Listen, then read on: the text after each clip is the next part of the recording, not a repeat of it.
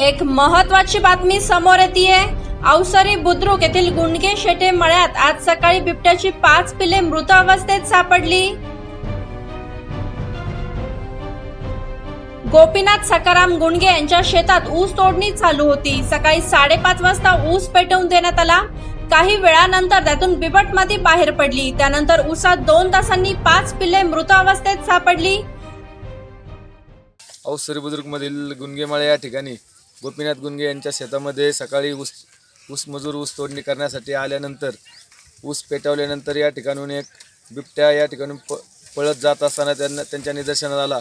ऊस तोडत असताना या ठिकाणी ऊसतोड चालू असताना बिबट्याची 5 पिल्ले त्यांच्या निदर्शनास आली। त्यानंतर या ठिकाणी त्यांनी वन विभागाला तात्काळ कळवण्यात आलेल्या या ठिकाणी वन विभागाचे कर्मचारी थोड्याच वेळामध्ये या ठिकाणी येणार आहेत।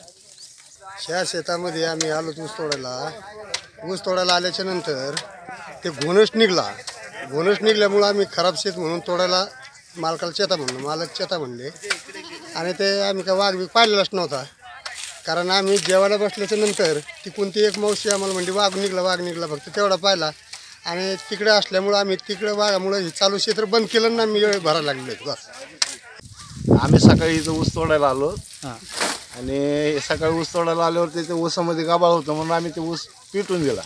मास्तरला विचारून ऊस पिटून दिला आणि पिटून दिल्याच्या नंतर एक वाघीण पळाली इथून। वाघीण पळाल्यावर आम्हाला काय माहितीच नाही समजा याच्यामध्ये पिल्ले काय असतात म्हणून।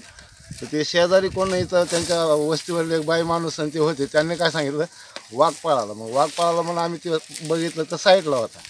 मग आम्ही नंतर ऊस तोडीत गेल्याच्या नंतर 1 तासाने पिल्ले आतमध्ये मरून पडलेले होते। Bureau chief Jayesh Shah, Shivner prime, Ambegaon.